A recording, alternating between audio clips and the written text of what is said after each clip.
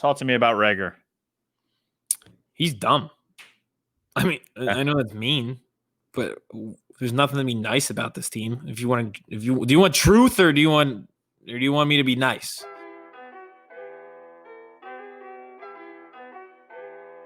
Chris Hansen here, and I'm going to need you all to take a seat right over there and check out Birds versus Boys. I think you're completely right here, and I hate it. Yep. Hey, idiots. Stop doing dumb things. I got 2 phones. Upset alert. I might go insane. I think you're already there. There's no hope. Hope is gone. If this was an AFC North podcast, we'd be done in 15 minutes. Bob Hope. I'm going to drink bleach. That is the team you promised me you were going to be this year. This is the Consciously Hopeful podcast. I'll be watching.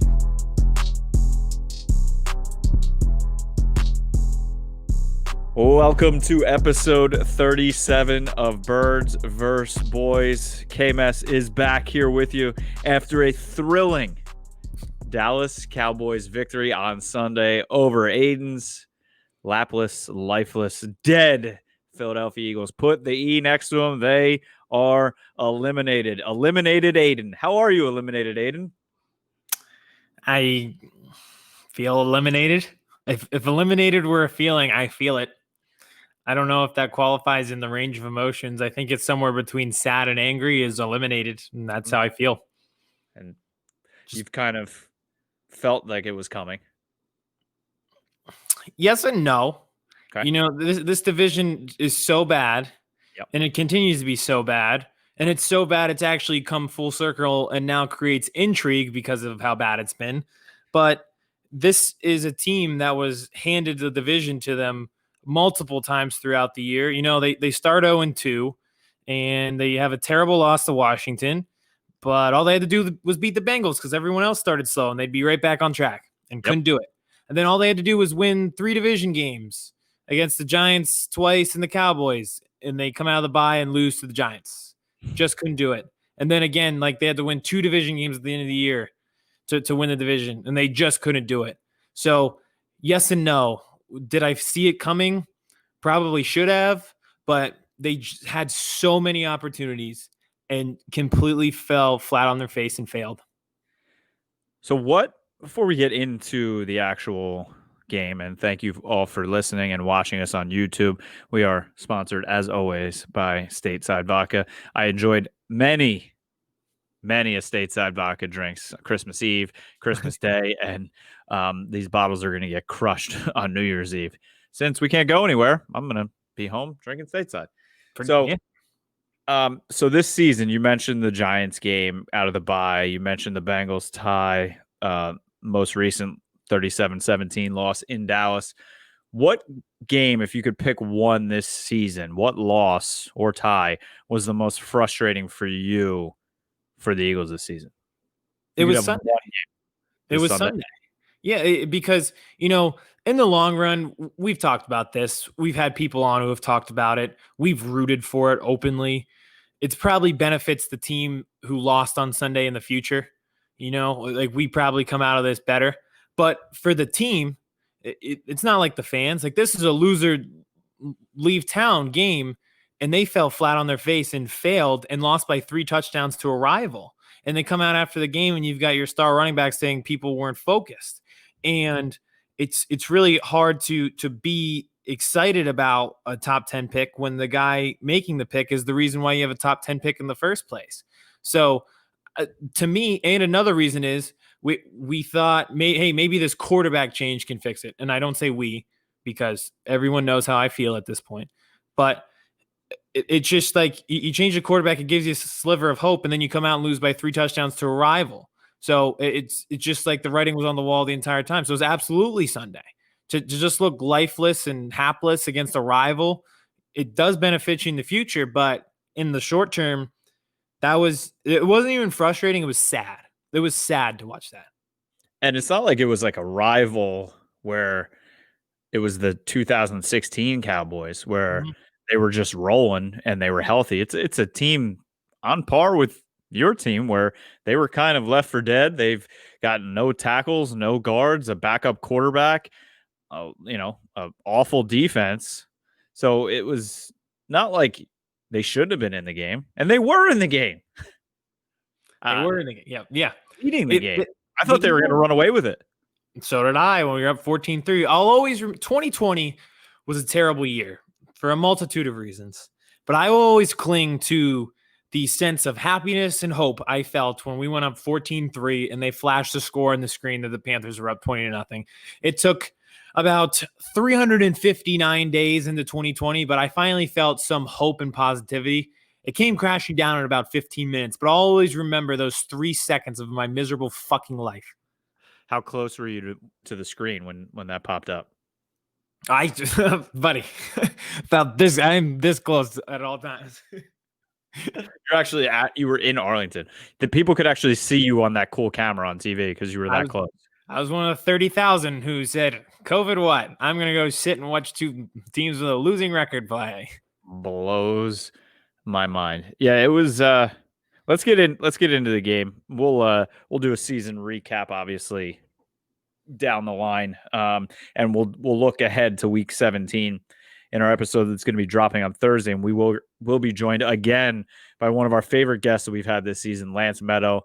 He's on SiriusXM. He does pre-half posts for the New York Giants, and he has great introspective, I guess you could say, on the entire NFC East in general, and both games having very significant playoff implications on Sunday. We're going to be joined with him on Thursday, so really, really looking forward to that. Yeah, could you tell why we picked that guest? A guy who does extensive pre and post game shows for the Giants and does an NFL show that he does a lot of NFC East work. I wonder why we reached out to that guest this week. I wonder. And his thing back in the day when we had him a couple weeks ago, didn't he say what the Cowboys were the most intriguing, the Giants were the most dangerous. I forget what he said about Washington, but he did say the Eagles were in the driver's seat only because they had the 2-game lead that they then decided to just wither away. Yes, they had it. It goes right back to my point from the beginning. They did have a 2-game lead. They were pretty much handed this division. Could not do it. Flat out could not do it. All right, I know you're chomping at the bit to talk about the 37-17 game where the Philadelphia Eagles were eliminated in Dallas by my Dallas Cowboys. Been all in all season. I found my hat. My childhood winter hat at my mother's house when I went over for Christmas Eve. Found it in my closet. I said, that's coming home with me, and that's going on my head. It was a good luck charm. Because when you were 6 years old, that was the last time this team was any good. Exactly. And it's back. And they won. And you know what's happening? I'm going to add a new year to my banner behind me. It's going to say 2020 on it. Yeah. Or would that say 2021? I think that'd say 2020, right? Yeah. 2020, yeah. All right, so 37-17. Like you said, Eagles were up 14-3. Deshaun Jackson thought he was I was like, oh, there's that man again. And then he retired, I think, right after that catch. No rhyme or reason to anything they do on offense. Has an 81-yard touchdown. You never see him again. Travis Fulgham goes off. He turns into Randy Moss for 5 weeks. You never see him again. They run the ball well. You never see Miles Sanders again. There's no, it's just rigid. There's no explanations ever from anybody on offense as to why they do what they do. It's ridiculous. Yeah, I would say to you before we started recording, I honestly thought that Miles Sanders had a better game than 15 carries for 57 yards. But I think what stuck in my head was that first drive where he was going straight down the field, and I go, up here we go, because that's also, I get it. You go down, you're gonna throw the ball more, but they only went down 3. And what's the biggest weakness for the Dallas Cowboys? Well, I guess it could be passing defense, but it's definitely the running defense. So continue to run the ball. Yeah. So I want Doug Peterson to keep his job because he's been successful in the past. He's a great guy. I'd like to have stability at that position at head coach and not just being a coaching carousel all the time. But how could you watch that game and give that guy a valid confidence? Just like you said, they go down 3, and that turns into they're down 30, and they come out in no huddle offense. They completely eliminate the run game again. And it's just, you watch this every single week. They drove right down the field against Cleveland. Now, Miles Sanders fumbled. They drove right down the field against Dallas the other day. They drove right down the field. I guess it was against the Saints too. And it happens every week. And then they just get away from it, and it's almost like they panic, and it just becomes this helter-skelter. The Joker just blew up the hospital method of playing. Does Doug script his first 15? I think everybody does. Yeah, for the most. There's a couple of coaches I know that don't, but all right. So, I mean, at least we can say he's good at that. Yeah, but at the same time, he's been in the past, like that hasn't been a thing. Like it's just like last year, 2 years ago, I forget which year, it was like they don't score early. They're always behind in a hole and they go off in the second half, but the first drive they could never score. Like that was the big talking point. They can't go down and score on the first drive. Now they do, and then they've scored 13 points total over 3 games in the second half. It's just completely reversed, which again is just like, how do you vouch for a coach when this stuff is happening? Especially when you have players saying guys weren't focused, guys weren't, fully taking it serious, I guess you said, right? That's another level of coaching. And that blows my mind because the Cowboys have been much maligned everywhere, including the show, for just a total lack of discipline, at times lack of effort, and really just sloppy. Yep. You couldn't tell the difference between the two teams on Sunday, where it really looked like the Eagles were the ones who had that problem all year. And I mean, they've had those certain problems, but we're talking double up on penalties. So they had 9 penalties. Cowboys had 4. They had 12. 12 for 115. 12 for 115 in an elimination game. That's a full field, and you're coming back 15. Yep. They had multiple. I think they had 4 false starts. Yep. Which there is a serious issue with Jalen Hurts' cadence or something. Obviously, Matt Pryor's not good. He's just flat out not good. That's the reason for his penalties. But Hurts and Kelsey aren't on the same page at all. It's just, no one's on the same page. I saw Trey Thomas breaking it down on Twitter. It was phenomenal. And another guy I would love to get on here, breaking down the cadence. And I think it was the 6 false starts that he was talking about. And it's like you practice it, right? You should know. I mean, this is his 3rd start. Should kind of maybe be figuring the cadence out by now, no? Early, you can see them having an issue with that. Like if in the Saints game they had a problem, which they did. Now, 3 weeks in, this is just who they are. An undisciplined team where, as an outsider, you're saying, did they practice this?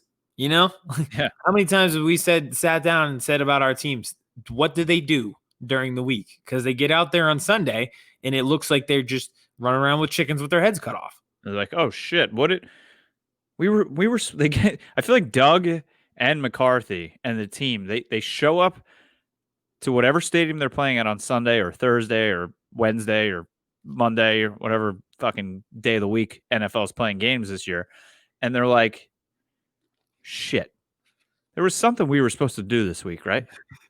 What were we supposed to do? There was something we were supposed to get ready for this game. I knew there was something we were forgetting, and now we got to play. So some people leave their keys in their house when they go to work. Some people just forget to institute a game plan for a game on Sunday. It happens to the best of us. They're just walking around the facility, eating ice cream, and guys are just working out. Coach, should we, is there a playbook for the week? He's like, yeah, give me a full breakdown of what the Eagles do at the NovaCare complex. Is it workout lift at 9:15, duck goose at 10:15? They have ice cream scoops at 11:15. What the hell do they do? Lunchables at 12:30. Lunchable. Everyone gets a Lunchable and an orange peel from their mom. Yep. All right, Lane Johnson's mom has snacks this week. Oh, she has the best snacks. I love her snacks. She always brings ice cream bars. They're handing out their tickets for the airplane. We're going on an airplane this week, guys. Oh my God, it's a field trip from school. I got to get my permission slip signed. It's fucking Howie's up there signing everybody's permission slips. I don't know. I don't know what they do. I don't know what Dallas does. I mean, Dallas definitely looked a little more prepared this week, but I think their preparedness actually they looked better at it because of the more lack of preparedness from the Eagles, if that makes sense.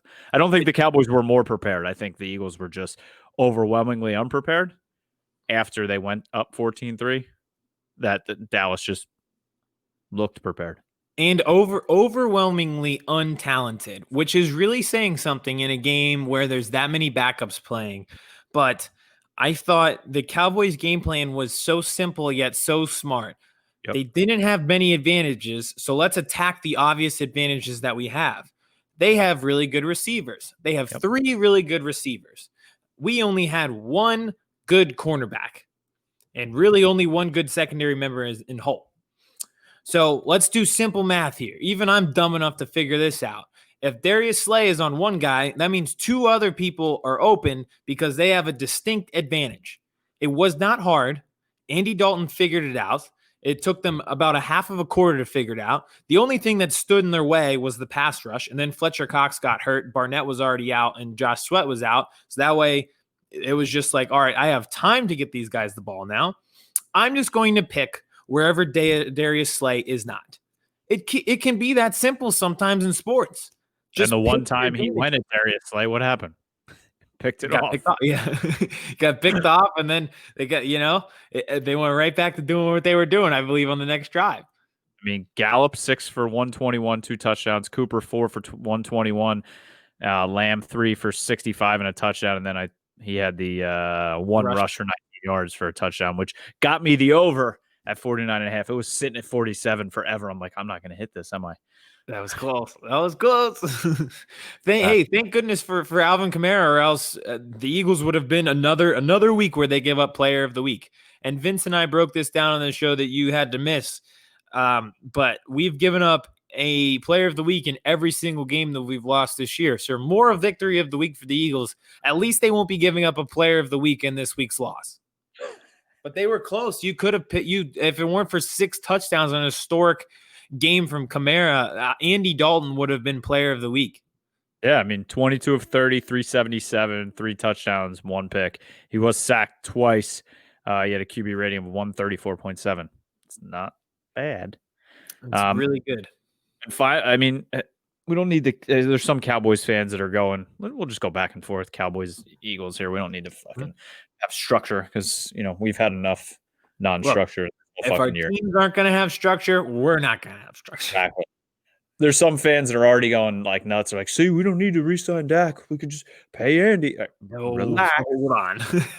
Relax. Well, Dak's going to Washington, so I don't know what the hell you guys are going to do, but I'm sure you'll figure it out. Carson's going to go to Washington for a 2nd-round pick, just like McNabb. We're going to relive the glory days. A guy with injury issues should never play at FedEx Field, ever. No, never. But, I mean, the Cowboys are just finally getting what they thought they would get when they signed Andy Dalton, a good, solid quarterback who, was a starter in this league for many years, went to the playoffs many years, and now is a backup. And at the same time is playing for a new contract to start somewhere next year. So COVID's out of his ass, his concussion's out of his ass, and that bad offensive line is kind of playing okay against a very injured and lackluster defensive line yesterday. Because you saw, Fletcher Cox was having his way, and then he got hurt. I didn't even know he got hurt. I missed that. I must have got up to go to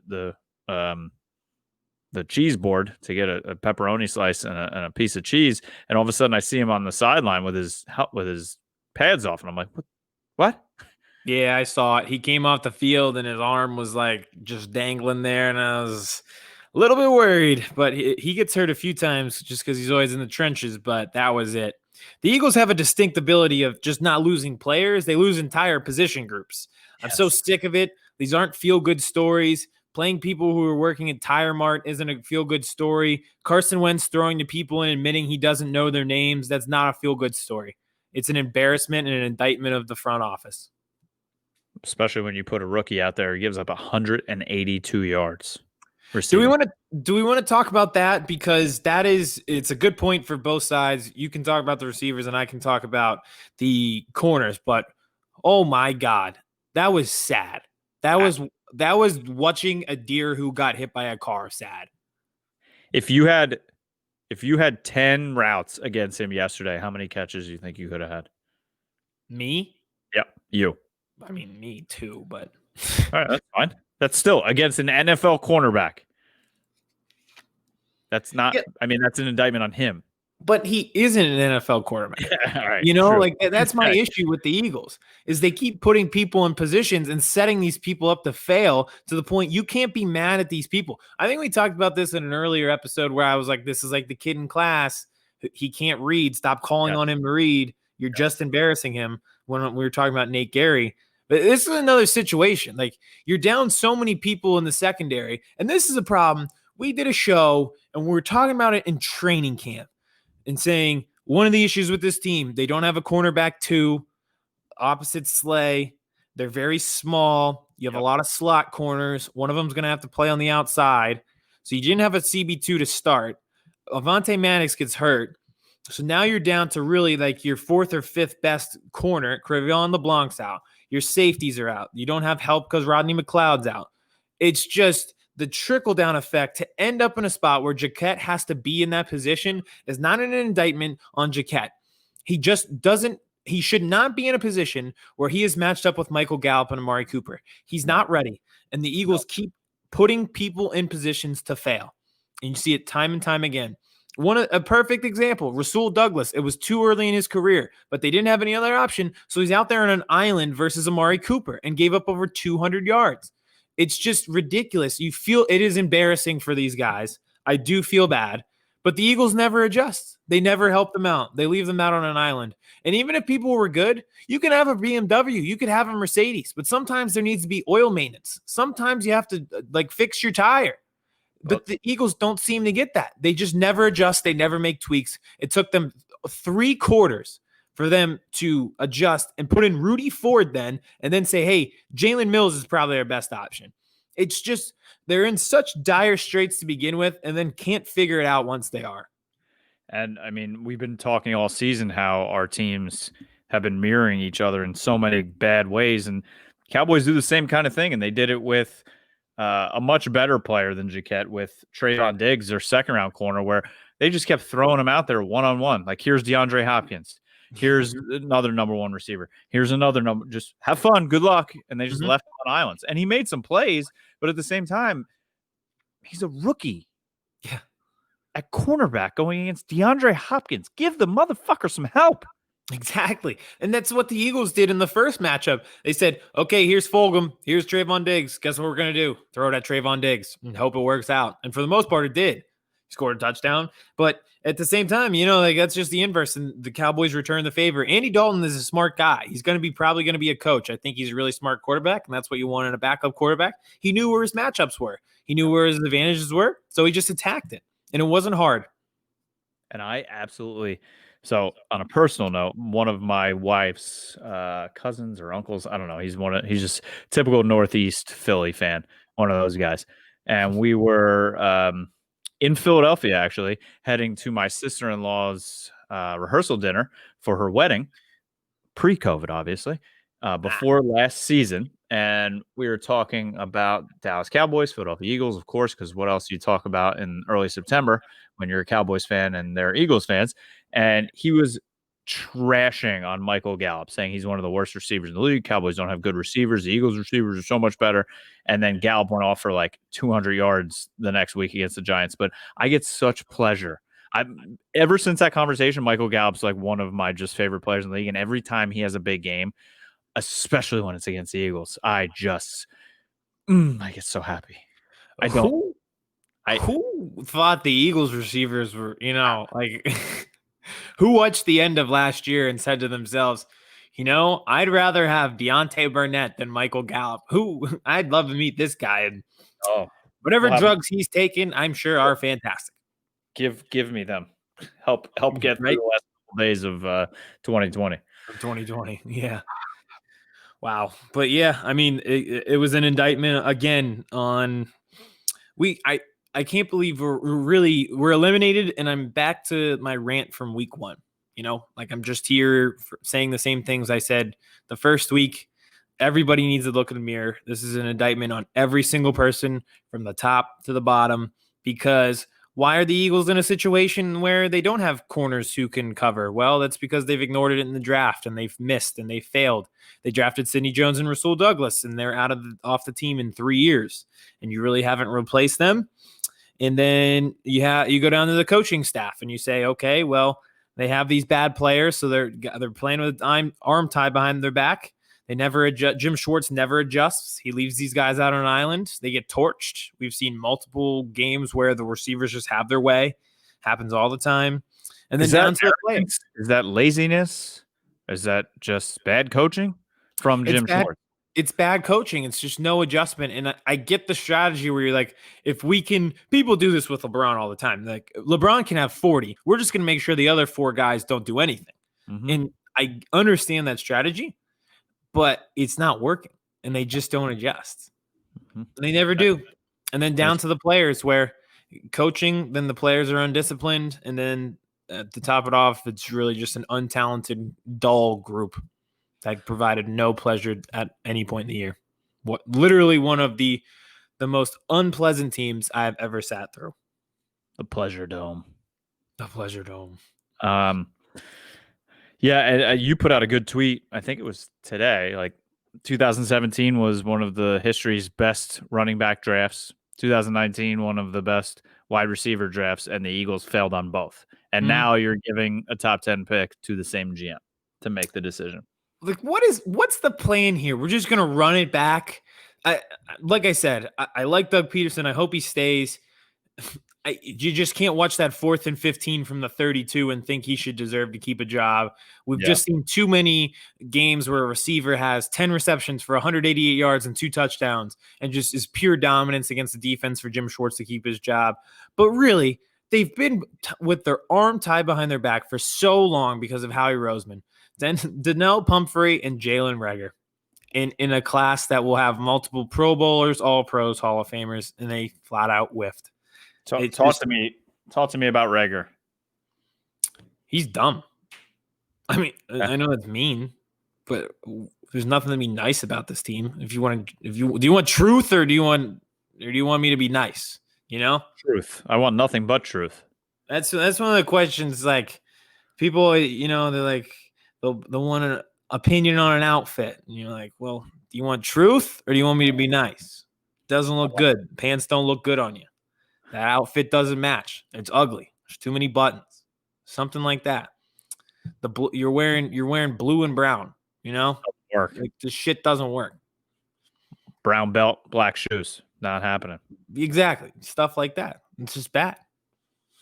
Those are 2 random colors. Those could go together in an outfit, but I was just couldn't think of any colors aside from blue and brown because I'm melancholy and blue. Are you worried? Yeah, for sure. Because you can see the talent. Here's the problem with some people who make it to the NFL. They're talented their whole life. Great leaping ability, great speed. So why isn't it not clicking? What's wrong? That they have all the intangibles and it's not clicking and it's not working out. And these intangibles aren't turning into results. It's the brain. Yep. It's now 2 quarterbacks that he looks out of sync with. You could have blamed it on Wentz. And there absolutely was throws that Wentz missed. But Jalen Reagor and him never looked on the same page. Then you bring Hurts in, and Hurts was pretty accurate, I thought, over these past few weeks. And he still looked frustrated with Reagor. There were times that the coaches looked frustrated with Reagor. He just looks lost. And maybe it's because, by all accounts, TCU was a terrible team. He probably had no schooling. Maybe it's just going to take a few years to catch up. But at the same time, you had a guy who was playing in the SEC, sitting right there. He didn't need time to catch up. He was catching balls from Joe Burrow last year, and you failed. Mm-hmm. Think about that. It's watching Jefferson play. It just, I thank Jesus every day. He is not a Philadelphia Eagle. Hold on. To divert for just 1 second, but not really. We missed on Jefferson. The Las Vegas Raiders missed on every single one. They had pick 11 and drafted Henry Ruggs. Who his biggest claim to fame so far is he helped them not lose to the Jets on the last play.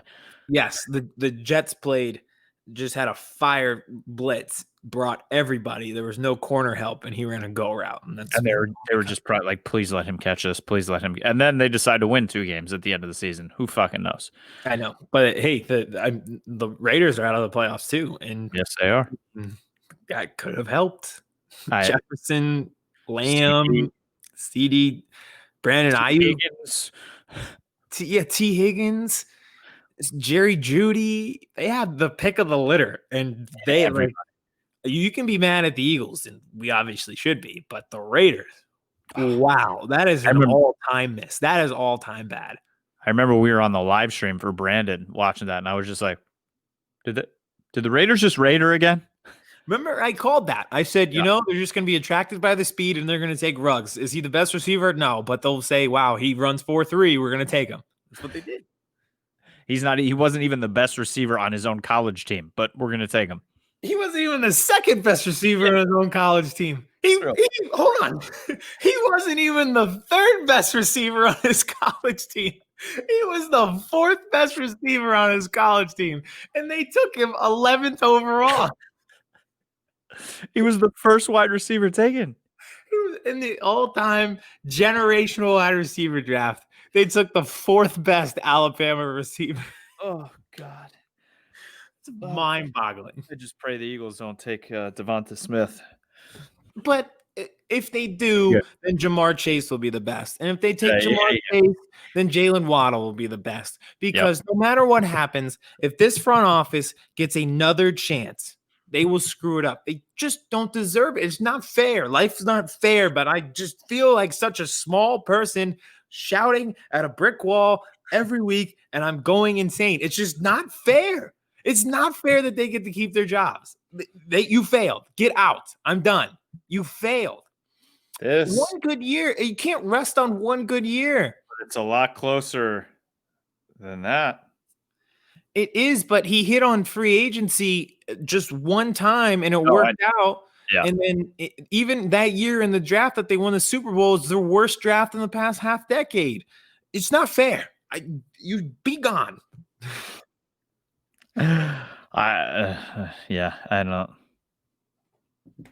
I mean, I don't feel sorry for you because trust me, I've been through it. I lived through the Quincy Carter years and Chad Henne and Troy Hambrick, Patrick Creighton, all those Dallas Cowboys teams, or this year. So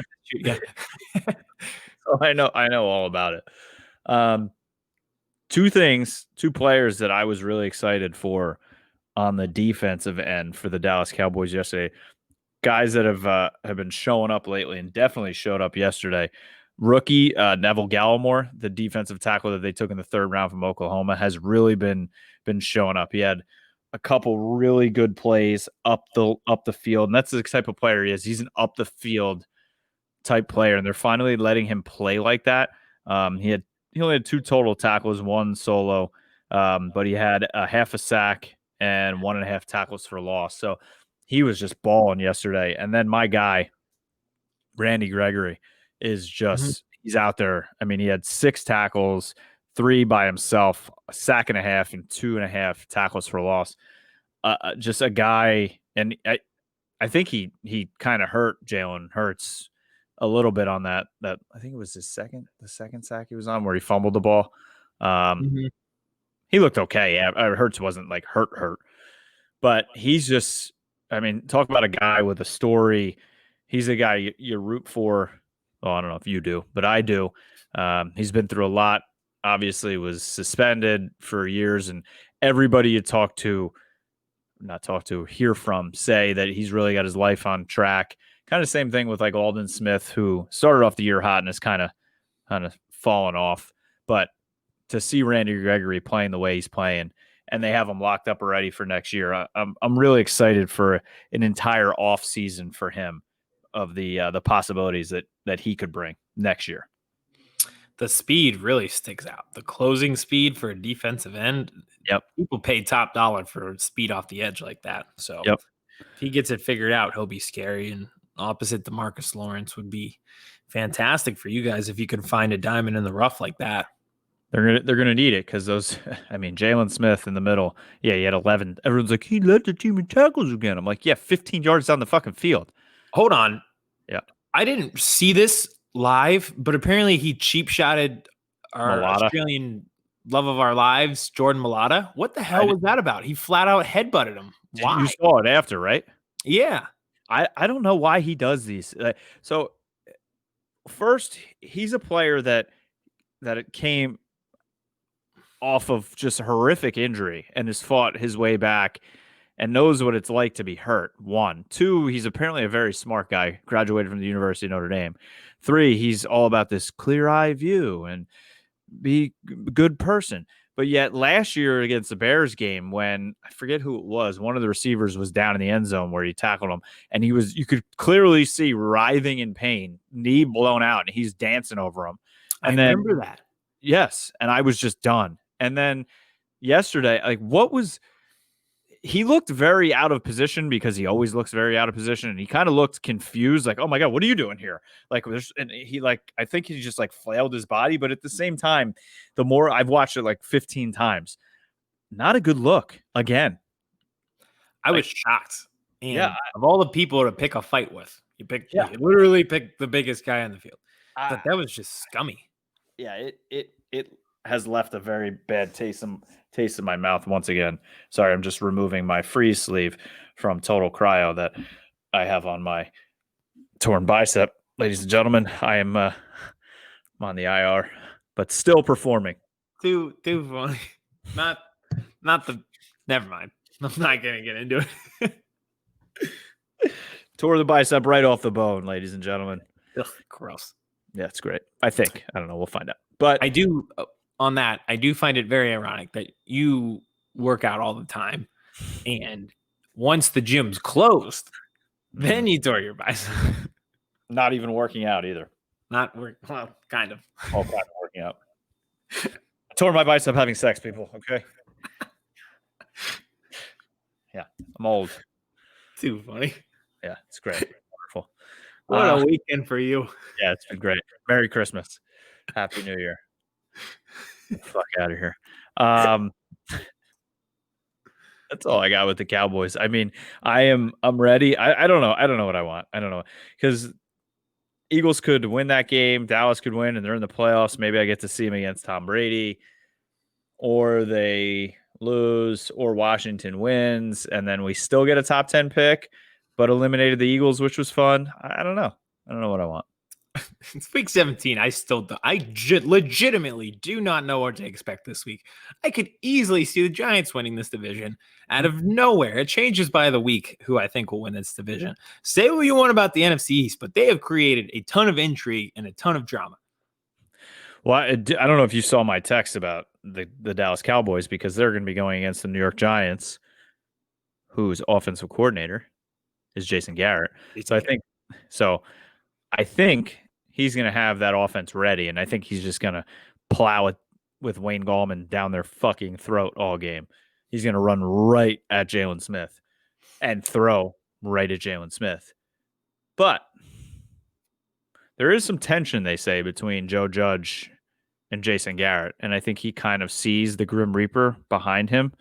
So I could see, even if the Giants win, but definitely if they lose, Joe Judge letting Jason Garrett go, which then Kellen Moore, Dallas Cowboys offensive coordinator, I guarantee you is going to be leaving to become the new head coach at Boise State. He's already interviewed for the job. So then that's going to open up an offensive coordinator position for the Dallas Cowboys, which then Jerry Jones is going to talk to his new puppet and say, listen, we're going to bring Jason back just for 1 year. He needs a spot. He's a good friend. We like Jason. Jason knows us. He's going to be good with you. We're going to make him the offensive coordinator. McCarthy's going to be like, okay. And then Jason Garrett is going to be the offensive coordinator under Mike McCarthy in 2021. Halfway through 2022, they're going to be bad again. McCarthy's going to get fired. Garrett is going to step in as the interim, and then will be the full-time head coach of the Dallas Cowboys again. And around and around and around we go. Watch. I can't wait for that to happen. It all starts this week. So we'll talk about that more on Wednesday, giving the full NFC East breakdown with Lance.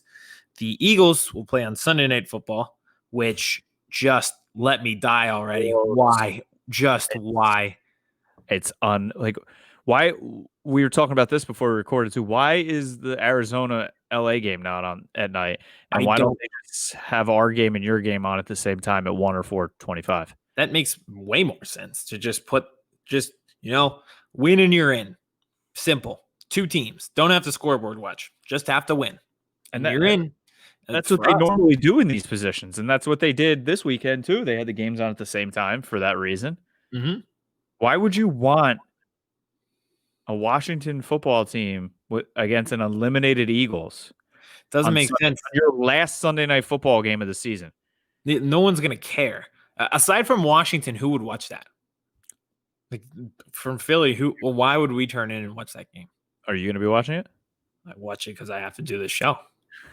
See? Dedicated to your craft.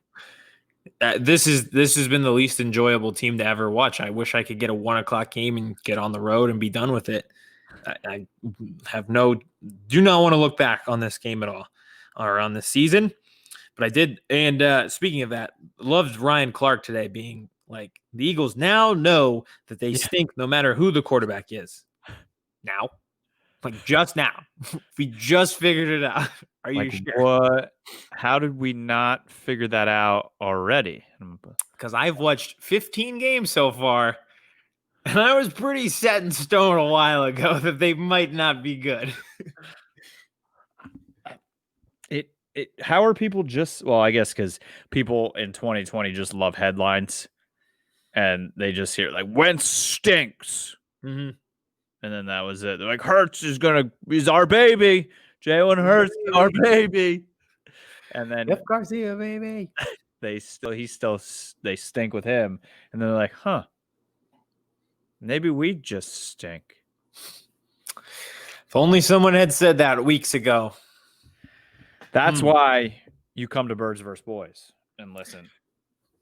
And another reason you come to Birds vs. Boys is for our TikToks. And if you're done with the Eagles and the Cowboys, like I'm done with the Eagles and the Cowboys, you ready to jump into our MVP rankings this week, coming into the final stretch? The TikTok famous rankings here. Usually we bring producer Vince on. Don't know where producer Vince is right now. Apparently he had to drive his girlfriend home from work or something. I don't know. I don't know if I'm digging this excuse here. Man, I don't know about your excuse. Everyone's been taking PTO this past week. And it's that time of the year. It's use it or lose it. New quarter 1, next year, 2021.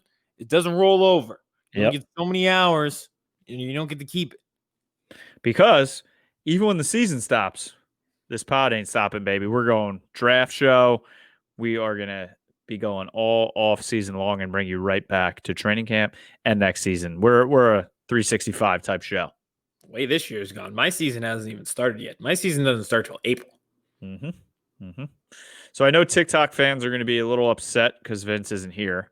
There will be no Jets rankings this week. I'm sure he's going to find a way to just record himself and put it in there. I would hope. Because he brings the views. Not going to lie. People love him. You want to get into this? Yeah, let's get our number 1 out of the way. Okay. So number 1, or you just want to do this together, or we don't want to mess with TikTok. So I'll let you go first with your number 1. All number right, one number 1 is ranking. MVP power ranking. My number 1 is Aaron Rodgers. This is locked. This is set in stone. He's the MVP this year in the league. I mean, I was saying to you earlier, I don't even want to make a list because it's just Aaron Rodgers. It's Aaron Rodgers at 1, and then just an argument for fun the next 4. Yeah, I mean, I said in the group text too. I know we're going off topic here, but last night for Brandon, there is nothing better than a late season Sunday night football game with snow in Lambeau, and Aaron Rodgers is just dealing. Yes, absolutely. It just feels right. Lambeau Field, 20 degrees, snow coming down. Aaron Rodgers throws 4 touchdowns. It's football at its purest point. It is. All right.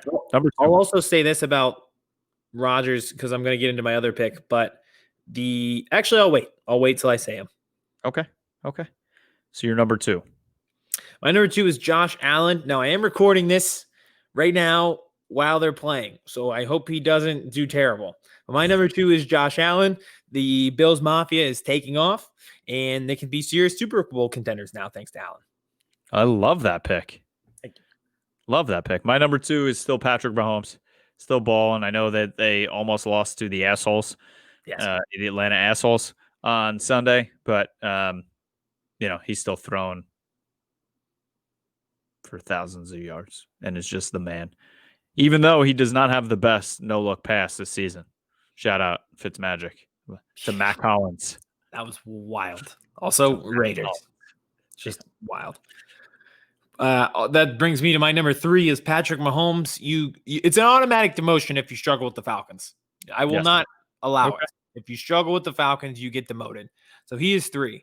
But here's the point I was going to make before with Rodgers. Rodgers, Mahomes, I would love to see a Super Bowl with them. This is the NFL's version of the Kobe and LeBron moment that we never got to have in 2009 when the Cavs lost in the Eastern Conference Finals. It just feels that way, where one legend kind of passing the torch to another one to lead the generation for 2 decades to come. But that legend who's passing the torch still playing at a very high level. So one coming into their peak, one maybe on the decline, but still playing extremely well. And you kind of meet right there in the middle. So I hope that we get that Kobe and LeBron moment here. Love that pick. My number 3, going a little off the grid here. Can't wait to see how the TikTokers take me on this one. I'm going Davante Adams at 3. He's just balling out. He has 17 touchdowns this season. Leads the league in touchdowns, I believe in receiving yards as well. So going a little unorthodox here, putting a wide receiver at number 3, but I'm going Davante Adams 3, MVP. I'll take that. I don't know if they're going to argue with you that much. Sure. My number 4, I'm going with receiver as well. I have Stephon Diggs. Just looked up his stats. In his past 5 games, 4 of them, he's had double-digit amount of receptions. He's just been amazing. And it's hard to put Josh Allen on this list and leave his number 1 target off.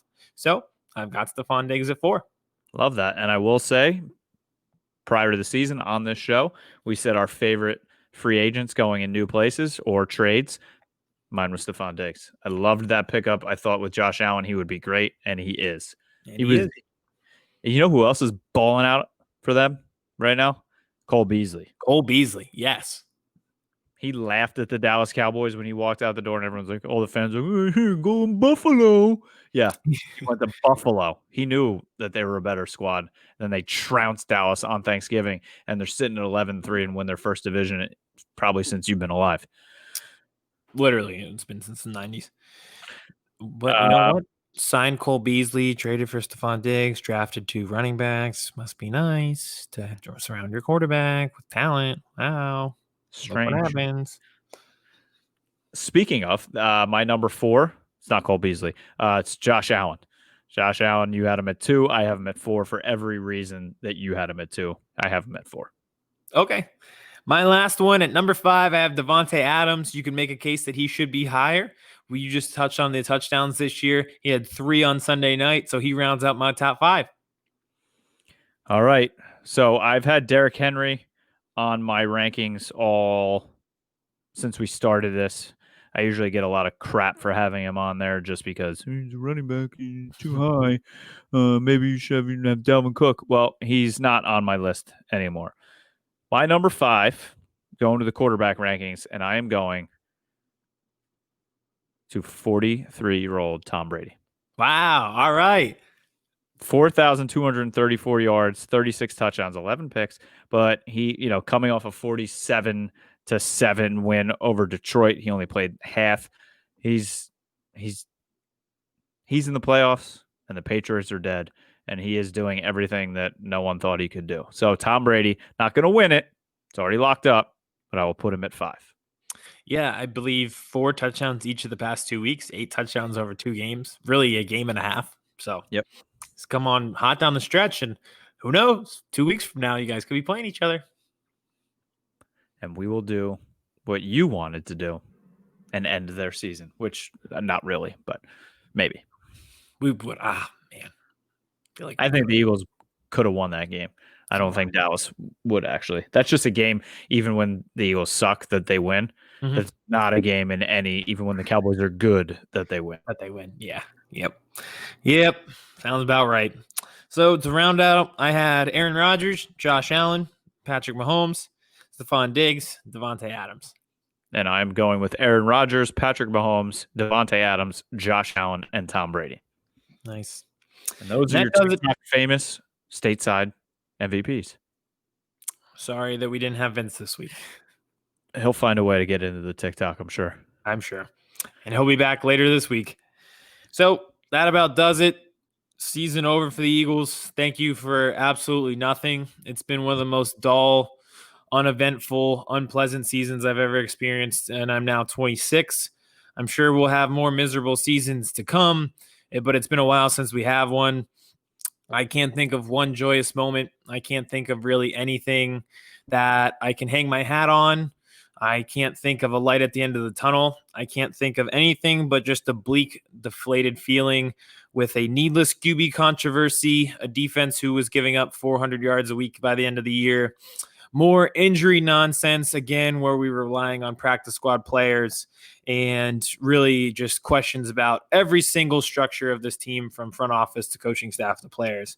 So from the bottom of my heart, thank you. In a year that was miserable for everybody, when I sat down and needed 3 hours of an escape, you couldn't even do that. Thanks for absolutely nothing. And as you finish that, Josh Allen throws an interception in the end zone going at Stephon Diggs. I want my rankings back. But we have a flag on the field. Hold on. It was pass interference. Offsides on the defense. Yeah, still alive. We're back, baby. We're back. And Eliminated Aidan scrolling across the bottom there for you. Don't love it. And I am very excited to still be confused. So they pull me back in. I'm out, then I'm in. But I've really been in the whole time. I felt bad for you this season and how, you had a tie to the Bengals. And I was like, you know what? I'm going to play the pity party with Aidan. But I was really in all season. Shut up. No. We're in. Okay. Team Tank. Freaky Friday, baby. We have switched. We're back. But yeah, we will be back Thursday with Lance Meadow from SiriusXM, Giants pre-half, post-game. He's a lot of fun, really, really intelligent football mind, and very, very articulate when he speaks. So unlike Aidan and I, so it's going to be a nice change. So be ready for that. Thank you for watching. Thank you for listening. Apple, Spotify, Google, YouTube, follow us everywhere. Check out our Linktree, our TikTok, Birds vs. Boys on Twitter, branded _sports on Twitter, Kmess22. And are you still around? No. Catch me in a dark abyss. Cowboys.